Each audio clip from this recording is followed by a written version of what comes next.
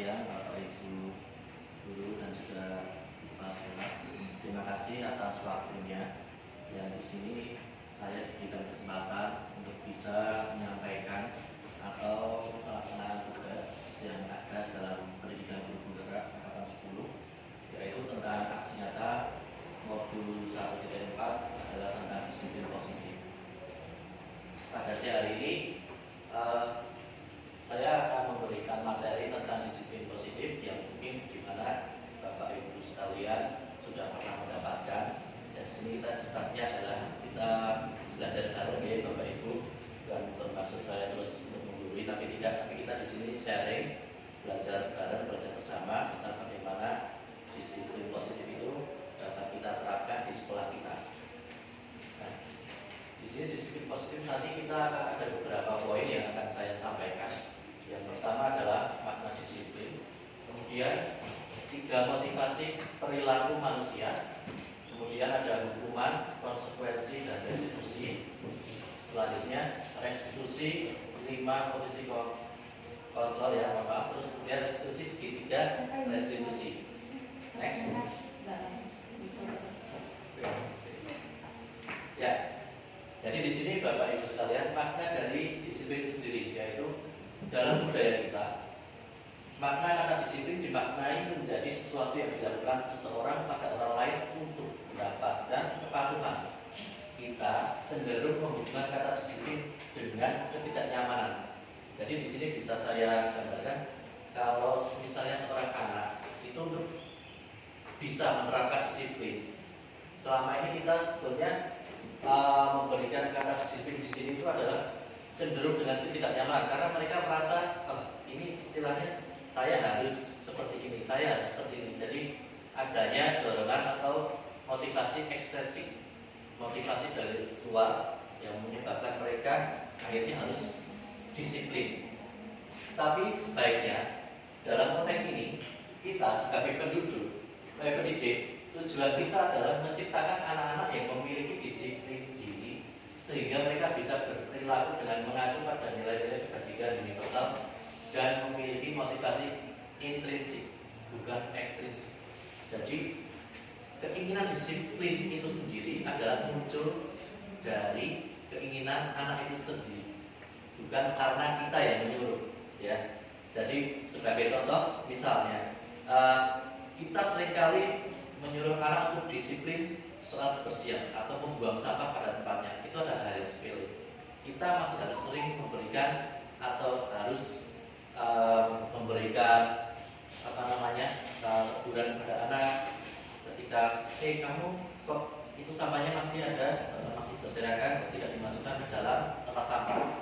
Itu adalah masih menjadi motivasi ekstrinsik sehingga anak tersebut akhirnya membuang sampah pada tempatnya. Tapi di sini yang kita tekankan adalah motivasi intrinsik, di mana nanti anak tersebut dari dalam dirinya sendiri itu sudah merasa, oh iya, kita harus menjaga kebersihan. Berarti kalau ada sampah yang berserakan, otomatis anak tersebut akan langsung membuang sampah pada tempatnya tanpa harus kita suruh. Di situ adalah makna dari disiplin itu sendiri yang akan kita terapkan, yang akan saya bagikan pada panjenengan seperti itu. Jadi motivasi intrinsik dari dalam diri siswa itu sendiri kita harus bangun itu. Jadi bukan zamannya lagi ya kita istilahnya harus memberikan istilahnya kamu menyuruh anak untuk supaya disiplin, tapi kita bagaimana membangun anak itu bisa disiplin secara intrinsik. Nah, kemudian ada 3 motivasi perilaku manusia. Yang pertama itu untuk menghindari ketidaknyamanan atau hukuman. Nah, cenderung anak-anak itu melakukan disiplin. Itu yang pertama adalah menghindari hukuman, ketidaknyamanan. Jadi ketika anak-anak itu melanggar sesuatu, pasti dia akan merasa tidak nyaman, atau nanti dia akan menghindari hukuman. Aku misalnya kayak masuk upacara kok bawa topi, nah istilahnya saya harus pakai topi supaya nanti tidak dihukum. Nah itu salah satu contohnya seperti itu. Kemudian untuk mendapatkan imbalan atau penghargaan dari orang lain, nah biasanya saya ingin istilahnya memberikan seorang murid ya, dia mengharapkan sebuah reward di kelas, biasanya seperti itu. Biasanya bapak ibu guru guru yang masih sering memberikan reward, permen misalnya dalam soal ini 10 berlengkapnya tak permen 10. Nah itu cenderung anak-anak masih mengerjakan sesuatu itu untuk mendapatkan imbalan atau penghargaan dari orang lain. Nah sebenarnya untuk menjadi orang yang mereka inginkan dan menghargai diri sendiri dengan nilai-nilai yang mereka percaya.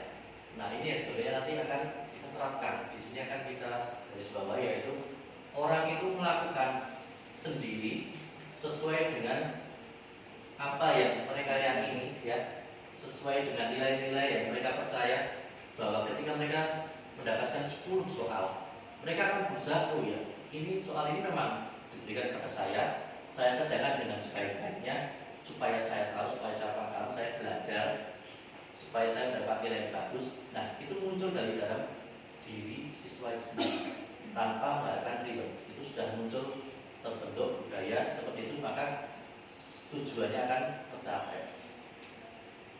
Nah kemudian di sini ada hukuman, konsekuensi, dan restitusi, di mana Bapak Ibu di sini sering sekali menerapkan ada hukuman, konsekuensi, dan mungkin restitusi. Kita akan bedah satu-satu. Di sini hukuman itu bersifat tidak terencana atau tiba-tiba atau spontanitas, ya. Misalnya ada murid yang waktu upacara lupa memakai sepatu warna putih, secara spontan nanti sepatu warna putih, nah kamu langsung harus di sebelah sana atau sendiri, itu termasuk hukuman. Atau misalnya kamu terlambat datang ke sekolah, nah langsung dikasih berdiri depan bendera, seperti itu adalah hukuman yang tidak terencana atau bersifat tiba-tiba. Kemudian konsekuensi itu sifatnya sudah terencana atau sudah disepakati. Nah, di sini ada misalnya yang sudah kita sepakati, ada yang sudah membuat kesepakatan di kelas masing-masing. Misalnya berapa kali nih saya tidak boleh terlambat, katakanlah seperti itu, ya, 3 kali. Atau misalnya berapa kali saya berikan toleransi, misalnya tidak lari-larian di kelas. Nah, jadi murid itu sudah paham, oh kalau saya melakukan lebih dari 3 kali, jumlahnya ada jumlahnya, ya. Nah itu saya konsekuensinya akan mendapatkan apa? Nah, itu biasanya sih murid sendiri sudah paham konsekuensinya seperti itu. Nah kemudian restitusi adalah proses menciptakan kondisi bagi murid untuk memperbaiki kesalahan mereka, sehingga mereka bisa kembali pada kelompok mereka dengan karakter yang lebih kuat. Di restitusi ini adalah yang kita tekankan, karena di sini restitusi ini menciptakan murid itu untuk menemukan solusi sendiri atas permasalahannya. Ya, jadi ketika si murid itu mendapatkan permasalahan, maka dia akan dengan sendirinya dia berusaha untuk menemukan solusi. Oh, kalau saya terlambat, berarti saya besok bangunnya harus lebih pagi lagi, atau malamnya tidurnya tidak boleh terlalu malam. Karena apa? Karena nanti saya bisa terlambat. Nah, kan seperti itu. Kalau terlambat, bagaimana? Kalau terlambat, berarti saya telah melanggar kesepakatan yang ada di sekolahan. Nah, itu seperti itu. Kemudian next. Nah, di sini ada pertanyaan kembali, Bapak Ibu. Bisa dibaca, ya. Kasusnya adalah seperti ini. Lisa dan Nana dipanggil masuk ke ruangan Ibu Dewi, guru kelas 6 SD Makmur. Ibu Dewi baru saja mendapatkan pengaduan dari Ibunda Lisa bahwa Hana menggunakan kata-kata kasar dan merendah-rendahkan Lisa di sosial media. Ya, next. Nah, di sini bila Anda adalah guru kelas tersebut, penerapan disiplin apakah yang akan Anda lakukan untuk kasus Hana? Kemudian mengapa? Nah, nomor Bapak Ibu, dari kasus yang tadi di atas,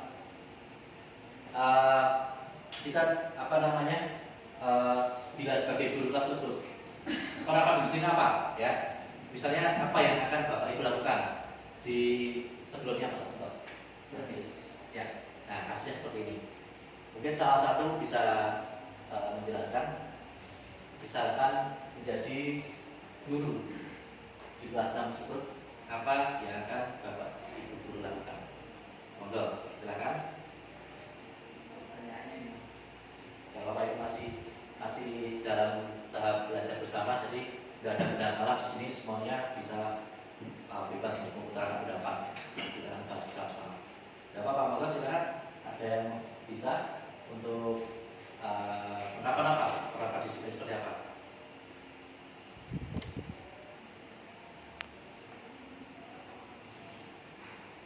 Pak Aziz, misalnya ada murid seperti itu, kira-kira seperti apa atau apa yang akan Pak Aziz lakukan sebelumnya atau di soalnya? Nah, misalnya kalau seperti saya, misalnya ada murid seperti itu, anak menjelaskan teman sendiri dan mempublikasikan dalam media sosial, maka anak akan saya panggil, kemudian saya kasih pengarahan atau kasih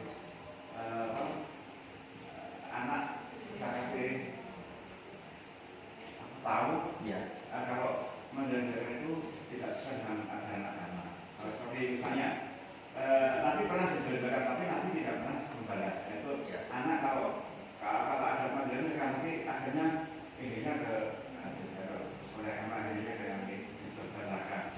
Terus kemudian anak diberi pengertian kalau menjelaskan itu nanti anak cucunya apa siapa nanti akan mendapat balasan. Kemudian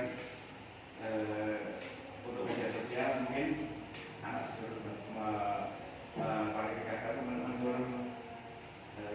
menarik atau menghapus ya.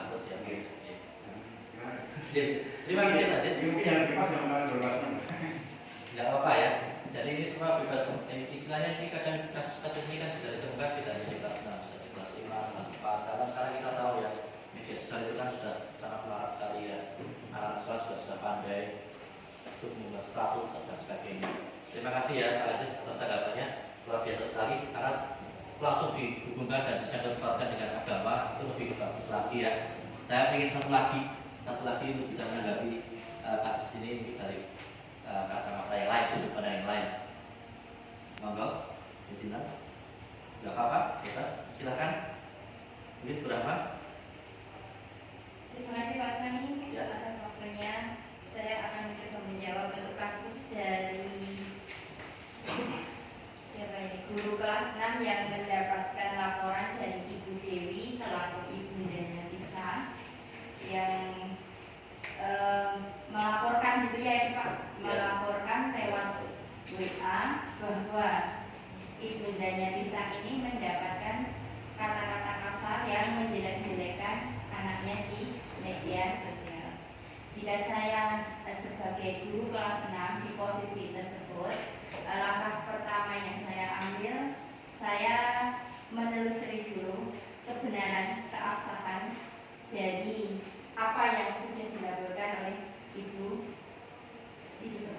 Dewi ya, Ibu Tisa dari Ibu Tisa ya. Kemudian saya akan memanggil dua anak tersebut, Tisa dan yang mengolok-olok. Saya cari tahu permasalahannya dahulu, apa kok bisa sampai dipublikasikan ke media sosial. Kemudian setelah mendapatkan jawaban dari dua-duanya, mencari solusinya, anak karena tadi kita belajar disiplin positif, untuk itu agar kita mengembalikan sebagai guru itu mengembalikan anak pada porsinya, agar dia memahami apa yang dia kerjakan itu adalah salah. Nah, kita bagaimana caranya agar mereka bisa dengan sadar diri mengakui bahwa apa yang dilakukan oleh si Tisa ini adalah salah. Itu. Ya, terima kasih ya pertama atas pendapatnya. Jadi dari dua-duanya itu semuanya betul, tidak ada yang salah, dan semua bisa mengungkapkan pendapat. Pertanyaan pematik di sini adalah bagaimana cara kita menerapkan disiplin pada kasus yang ada, yang saya tampilkan seperti ini. Ya, sebenarnya sudah betul, sebenarnya sudah memahami ya. Tapi nanti kita akan gali lebih dalam lagi seperti apa cara untuk menangani kasus per kasus, posisi kita sebagai seorang guru itu bagaimana. Ini seperti apa. Nah, di restitusi sendiri ada 5 posisi kontrol. Nah, yang pertama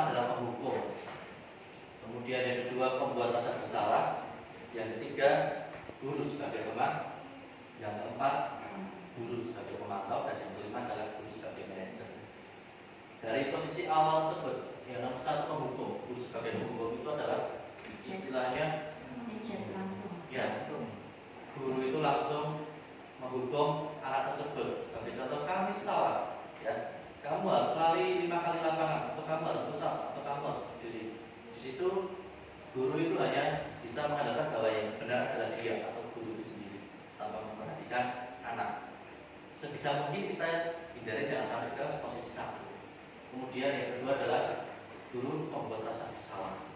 Membuat rasa bersalah di sini bisa saya jabarkan ketika ada murid melakukan kesalahan, maka si guru itu akan apa istilahnya nanti akan saya laporkan kepada orang tua. Bagaimana kalau belum tahu? Di situ maka murid akan merasa tertekan. Ketika melakukan kesalahan dia akan merasa tertekan. Nah itu juga sebisa mungkin kita tidak sampai ke yang nomor 2. Ya, di nomor 3 itu adalah guru sebagai teman. Posisi sebagai teman adalah ketika guru menghadapi situasi permasalahan ada murid yang misalnya sedang mempunyai masalah, nah guru itu akan datang memposisikan diri sebagai teman. Apa kamu tidak kasihan kepada Pak Guru? Terus istilahnya dengan nada yang halus. Nah, itu sudah mulai mengarah ke hal yang positif. Kemudian di sini ada yang keempat, guru sebagai pemantau. Guru sebagai pemantau di sini, maka anak tersebut sudah tahu konsekuensinya. Misalkan ada kasus murid tersebut terlambat datang ke sekolah, maka di situ guru tersebut akan memberikan mengajak siswa tersebut untuk berdiskusi. Kamu sudah tahu kan apa kesepakatan kelas kita? Kamu sudah tahu kan kalau misalnya terlambat harus seperti apa? Nah, itu adalah guru sebagai pemantau. Ya, dan di nomor 5 itu adalah guru sebagai manajer. Ini yang paling diharapkan bahwa Bapak Ibu guru sekalian untuk berada di posisi yang 5, guru sebagai manajer. Ketika guru sebagai manajer, maka dia akan melihat sebuah kasus itu. Ketika ada murid menghadapi kasus, tidak akan langsung menjudge murid tersebut, tapi akan digali dulu permasalahannya seperti apa. Kemudian kita akan dorong murid itu untuk bisa menemukan solusi sendiri atas permasalahannya. Jadi si murid tersebut tahu kesalahannya, kemudian murid tersebut juga tahu juga bagaimana solusinya menghadapi solusi tersebut. Ya, sebisa mungkin Bapak Ibu guru untuk bisa di posisi kelima. Posisi kelima ini sangat cocok untuk diterapkan di kelas-kelas yang besar yang sudah bisa diajak diskusi. Nah, tetapi yang di kelas yang kecil bisa dicoba. Setidaknya kita kalau tidak di posisi kelima, ya di posisi keempat sebagai pemantau atau teman. Tapi di sini kita harapkan jangan sampai berada di posisi kedua dan satu, pembuat rasa bersalah dan penghukum. Untuk sekarang ini yang namanya kurikulum merdeka, belajar merdeka, kita harus memberikan rasa yang nyaman dan aman kepada murid kita agar sekolah ini bisa menjadi rumah bagi mereka, rumah yang menyenangkan sehingga pembelajaran menyenangkan dan insya Allah hasilnya bisa memuaskan, pembelajaran bisa diterima dengan baik. Ya, jadi misalnya kita tidak di nomor 5, bisa turun ke nomor 4 atau di nomor 3 di situ. Ya, naik turunnya adalah di situ, teman, pemantau atau manajer. Next. Nah, di sini kita akan bahas untuk segitiga institusi. Segitiga institusi adalah pendekatan yang membantu murid memperbaiki kesalahan mereka, membangun karakter yang lebih kuat, dan memulihkan hubungan setelah terjadi konflik. Biasanya murid kan ya habis melakukan kesalahan, mentalnya agak down ya, malu sama temennya, ada yang terus ngumpet atau terus tidak mau masuk kelas. Nah, ini segitiga institusi itu adalah salah satunya adalah memulihkan hubungan setelah terjadi konflik supaya mereka lebih kuat. Jadi mereka kembali lagi ke komunitasnya dengan lebih kuat. Nah, tentunya seperti ini ya. Di sini ada menanyakan keyakinan, menstabilkan identitas dan validasi kebutuhan. Yang pertama yang harus dilakukan seperti apa? Menstabilkan identitas. Jadi kalau kita menghadapi kasus, yang pertama menstabilkan identitas dulu. Mengubah identitas murid dari orang yang gagal karena melakukan kesalahan menjadi orang yang sukses. Kemudian identitas yang stabil membantu murid memahami bahwa kesalahan bukanlah akhir dari segalanya, melainkan kesempatan untuk belajar dan tumbuh. Di sini bisa saya contohkan. Ketika ada murid yang melakukan kesalahan. Dia datang ke sekolah, ternyata seragamnya beda. Harusnya hari ini memakai batik, dia memakai baju merah putih. Nah, di sini kita harus tanya dulu, ya. Tanya dulu kepada muridnya, stabilkan dulu identitasnya. Kalau tidak seperti contohnya, kamu tahu apa yang kamu lakukan ini, maka dia akan tahu Pak, misalnya seperti itu ya. Dan di situ kita harus menstabilkan identitas, jangan sampai kita langsung just, kamu salah, Pak, kamu harus dihukum, balik nilai atau gimana. Jangan sampai seperti itu. Lanjut. Setelah itu dilakukan adalah validasi tindakan yang salah. Setiap tindakan dilakukan dengan suatu tujuan, yaitu memenuhi kebutuhan dasar. Kemudian guru dapat memvalidasi tindakan yang salah dengan mengajukan pertanyaan seperti apa yang ingin kamu capai dengan melakukan atau apa yang kamu rasakan setelah melakukan kesalahan itu. Ya, jadi kembali lagi ke kasus yang tadi ketika salah kostum atau salah seragam sekolah. Nah, kita harus tanya lagi tindakannya salah atau betul. Kemudian kita validasi tindakan yang salah. Apa yang kamu rasakan? Bagaimana perasaanmu ketika kamu memakai baju yang berbeda dengan temannya? Nah, nanti dia akan merespon seperti apa? Kita harus selalu tanya seperti itu. Jangan langsung membunuh dia dengan cara yang salah. Lanjut. Nah, setelah itu kita menanyakan keyakinan. Murid diberi pertanyaan-pertanyaan bermakna untuk menunjukkan motivasi intrinsik. Guru dapat bertanya, apa yang ingin kamu yakini tentang dirimu setelah melakukan kesalahan ini? Selanjutnya apa setelah dia melakukan kesalahan, misalnya seragam tadi? Selanjutnya apa? Mungkin dia bisa mempersiapkan seragam malam harinya, atau malam harinya mengecek seragam apa yang bisa akan dipakai. Kemudian apa yang bisa kamu lakukan setelah melakukan kesalahan ini? Nah, setelah melakukan kesalahan itu dia harusnya bisa menemukan solusinya. Dalam hal dia di sini setelah melakukan kesalahan saya tuh seperti apa? Kalau lebih prepare lagi, malamnya lebih prepare lagi jadwalnya, jangan sampai saya keliru sehingga saya tidak salah seragam. Oke, di sini ada contoh kasus penerapan restitusi. Agak panjang ya ini ya. Bisa dibaca, mungkin saya minta bantuan Mbak Maya bisa membaca. Sabrina hari itu bangun terlambat dan terburu-buru sampai di sekolah. Dia pun akhirnya sampai di depan sekolah, tapi baru menyadari kalau tidak menggunakan sepatu hitam seperti tertera di peraturan sekolah. Di depan pintu kelas, Bapak Lukman memperhatikan sepatu Sabrina yang berwarna coklat. Sabrina berusaha menjelaskan bahwa dia terburu-buru dan salah menggunakan sepatu. Pak Lukman menanyakan Sabrina, apa peraturan sekolah tentang seragam warna sepatu? Sabrina menjawab sudah mengetahui sepatu harus berwarna hitam, namun terburu-buru dan salah menggunakan sepatu.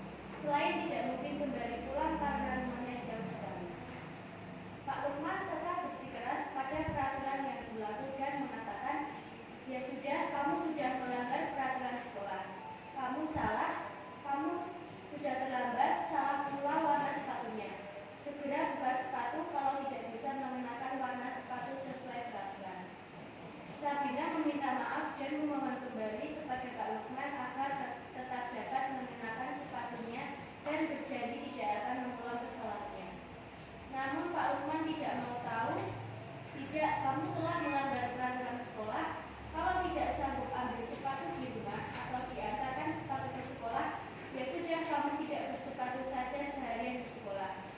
Sekarang copot sepatumu dan silakan belajar tanpa sepatu seharian. Sabrina pun dengan berat hati mencopot sepatunya dan memberikannya kepada Pak Lukman. Seharian dia tidak berani berkeliling sekolah karena malu dan lebih banyak berdiam diri di kelas tanpa alas sepatu. Ya, dari contoh kasus Sabrina yang ada yang kita paparkan. Terima kasih Mbak Maya sudah membantu membacakan. Kita bisa memahami ada kasus seperti ini ya. Kemudian tolong next. Nah, apa yang akan dikatakan bila Bapak Lukman mengambil posisi seorang manajer yang telah tadi kita pelajari yaitu tentang segitiga itu tadi. Kemudian pertanyaan seperti apa yang akan diajukan Sabrina? Nah, mungkin ada Bapak yang bisa membantu apa yang akan dikatakan bila Bapak Lukman mengambil posisi seorang manajer. Yang pertama apa ya kan dikatakan? Ya,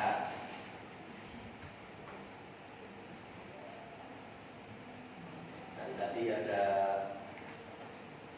di segitiga restitusi tadi ada menstabilkan identitas, kemudian ada validasi kesalahan.